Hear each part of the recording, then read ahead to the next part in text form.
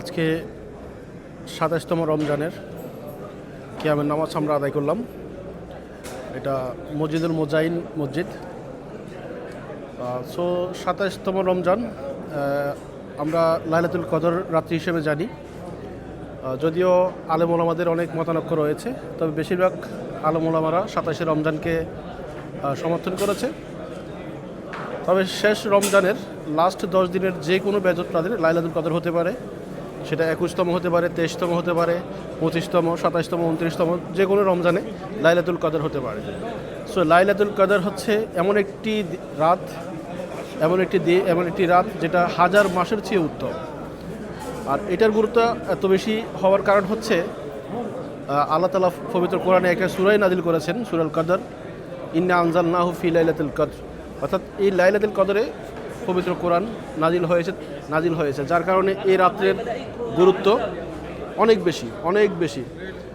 So এখানে আজকে আমরা যারা কুয়েতে আছি, এখানে কুয়েতিরা সহ আরও বিভিন্ন দেশের মুসলমানেরা লাইলাতুল কদরের নামাজ এখানে আদায় করেছে।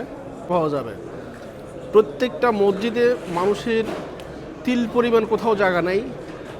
মানুষ শুধু মসজিদ না, মসজিদের বারান্দা, মসজিদের বাহিরে, এমনকি শুধু মসজিদের কুয়েতের প্রত্যেকটা মসজিদের আউটসাইডে মহিলাদের জন্য আলাদা জায়গা থেকে সেখানেও মুসল্লিরা এসেছে।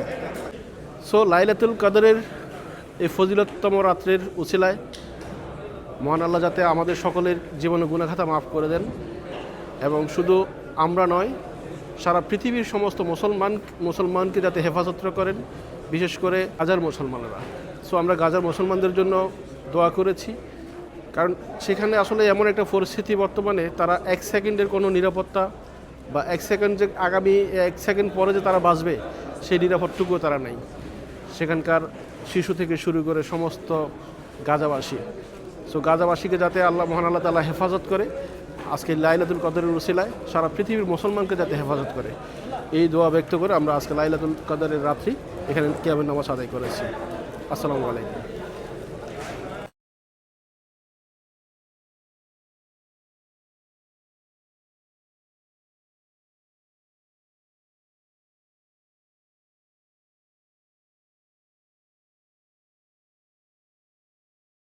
এইদিকে